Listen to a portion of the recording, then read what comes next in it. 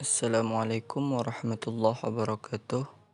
Kami hari ini akan mempresentasikan tentang amanat puisi, pengetahuan baru pada teks non-fiksi, membandingkan hal yang sudah diketahui dengan hal yang baru diketahui, tokoh-tokoh pada teks fiksi, dan yang terakhir watak tokoh pada teks fiksi. Ya, jadi masuk saja kita ke pembahasan pertama, yaitu tentang amanat puisi. Amanat puisi adalah pesan moral seorang penyair yang diharapkan menjadi sesuatu yang bermakna bagi pembaca, menjadi hikmah, renungan, atau nasihat.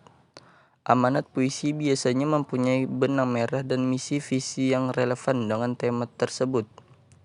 Amanat, pesan atau nasihat merupakan kesan yang ditangkap pembaca atau pendengar setelah membaca atau mendengar pembacaan puisi tersebut.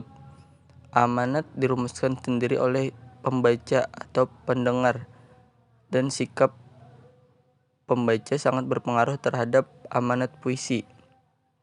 Cara menyimpulkan amanat puisi tersebut sangat berkaitan dengan cara pandang pembaca atau pendengar terhadap suatu hal, meskipun ditentukan berdasarkan cara pandang pembaca atau pendengar. Amanat tidak dapat dilepaskan dari tema dan isi puisi yang dikemukakan oleh penyair.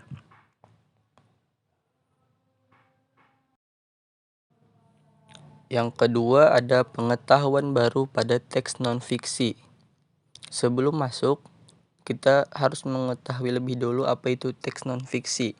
Jadi, teks non-fiksi adalah teks yang mendeskripsikan kejadian nyata atau fakta atau benar-benar terjadi tanpa unsur fiksi di dalamnya, serta dituliskan menjadi sebuah cerita informatif.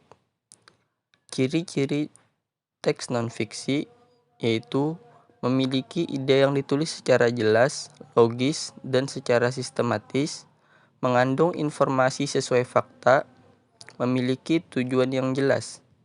Dan contoh-contoh buku non-fiksi yaitu ada biografi, cerita sejarah, ataupun tips-tips tentang sesuatu. Langkah-langkah untuk menggali informasi. Yang pertama, menjawab pertanyaan berdasarkan bacaan.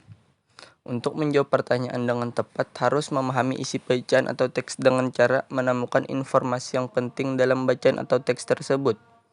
Informasi adalah sekumpulan data atau fakta yang diolah sehingga memiliki arti dan dapat dipahami oleh pembaca. Suatu pertanyaan biasanya mengandung kata tanya seperti apa, siapa, di mana, kapan, mengapa, dan bagaimana. Biasanya, jawaban dari pertanyaan bisa berwujud jawaban tersurat ataupun tersirat. Maksud dari jawaban tersurat adalah jawaban tertulis, jelas, dan ada pada kalimat-kalimat di dalam teks tersebut. Dan jawaban tersirat adalah jawaban yang harus disimpulkan terlebih dahulu berdasarkan informasi di dalam teks. Yang kedua, ada menyampaikan jawaban dan menceritakan kembali isi teks. Untuk menyampaikan jawaban dan menceritakan kembali isi teks, terlebih dahulu, baca dan pahami isi bacaan dengan baik agar apa yang kita sampaikan sesuai dengan isi teks. Pahami kalimat utama setiap paragraf. Kalimat utama yang ditemukan itu merupakan informasi penting pada teks. Pembahasan selanjutnya tentang membandingkan informasi yang sudah diketahui dengan informasi yang baru diketahui dalam teks non-fiksi. Dalam menemukan informasi penting dalam sebuah teks non-fiksi, sebaiknya memperhatikan seperti membaca judul teks, membaca keseluruhan isi teks, mencatat hal-hal penting dalam teks non-fiksi yang belum pernah kamu ketahui. Dalam sebuah teks pasti terdapat informasi yang sudah diketahui sebelumnya dan juga menemukan informasi baru yang belum kamu ketahui. Dan kita bisa membandingkan informasi yang sudah diketahui dengan informasi yang baru ditemukan dalam teks dengan tujuan agar menambah wawasan atau memperbaharui informasi yang sudah kita ketahui sebelumnya.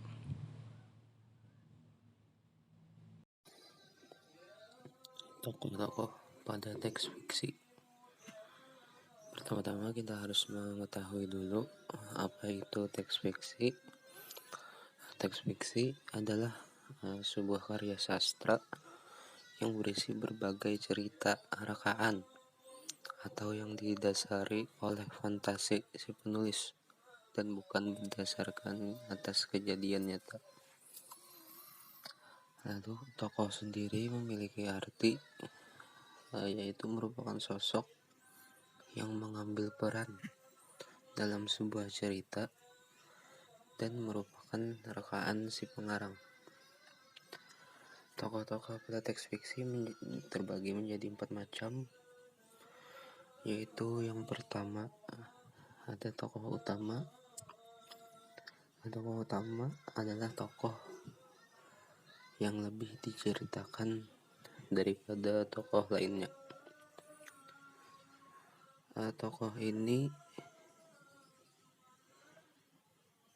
biasanya hadir pada setiap bab di dalam cerita tersebut, tapi juga tidak menutup kemungkinan tokoh utama hanya hadir pada beberapa bab tertentu.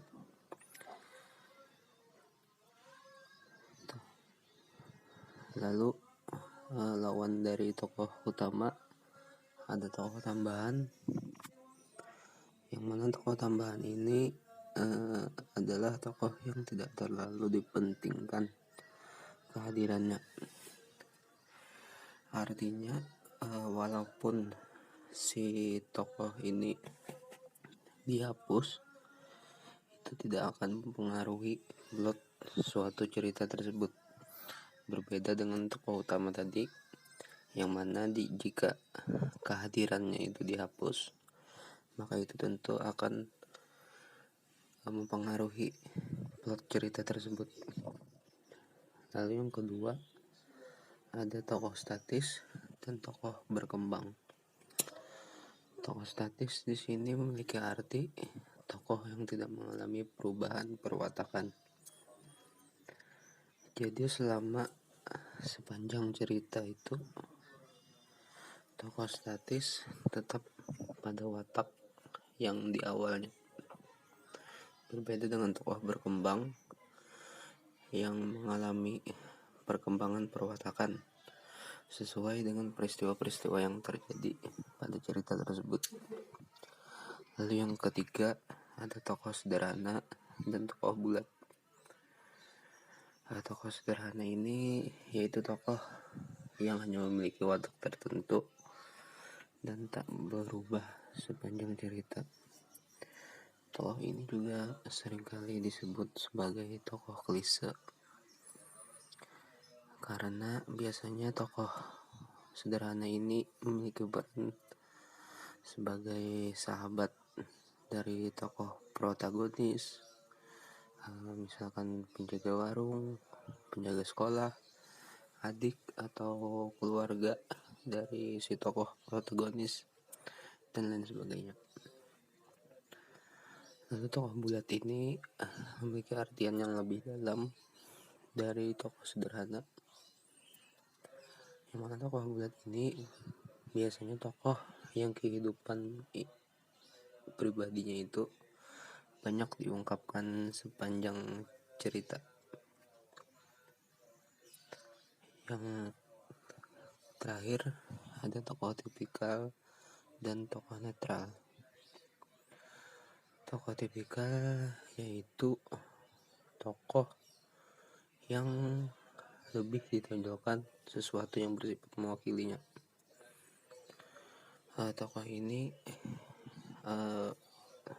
keadaan individualnya itu sedikit ditampilkan dan hanya menampilkan hal-hal yang bersifat mewakilinya.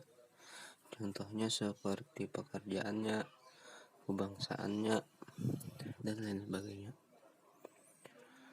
Tokoh tipikal ini juga adalah tokoh yang dibuat berdasarkan keadaan sebenarnya orang dalam dunia nyata.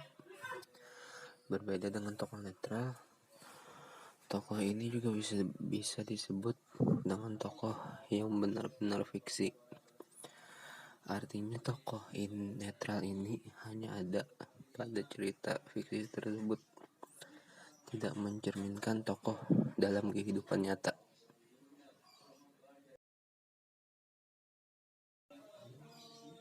Setelah mengetahui jenis-jenis tokoh yang ada pada teks fiksi, selanjutnya kita perlu mengetahui tentang watak tokoh yang ada pada teks fiksi. Mungkin semuanya juga sudah mengetahui watak itu merupakan sebuah pelukisan mengenai tokoh cerita tersebut, baik keadaan lahirnya maupun batinnya yang dapat berubah. Watak ini juga bisa diibaratkan sebagai pelukisan gambaran yang jelas tentang seseorang yang ditampilkan dalam sebuah cerita tersebut. Watak tokoh dibagi menjadi 3 macam, yaitu tokoh yang pertama ada tokoh protagonis. Tokoh protagonis ini biasanya tokoh yang wataknya itu disukai pembacanya,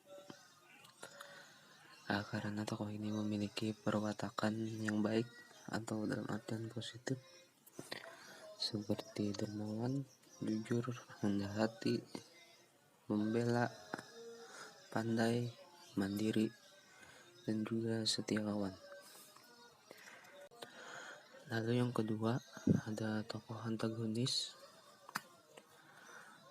Tokoh antagonis ini lawan dari tokoh protagonis, yaitu sifatnya itu buruk atau dalam artian negatif, seperti pendendam, culas, pembohong, iri, suka pamer, dan ambisius. Tokoh antagonis ini juga sering disebut sebagai penyiksa si protagonis. Lalu karakter yang watak yang ketiga ada tritagonis.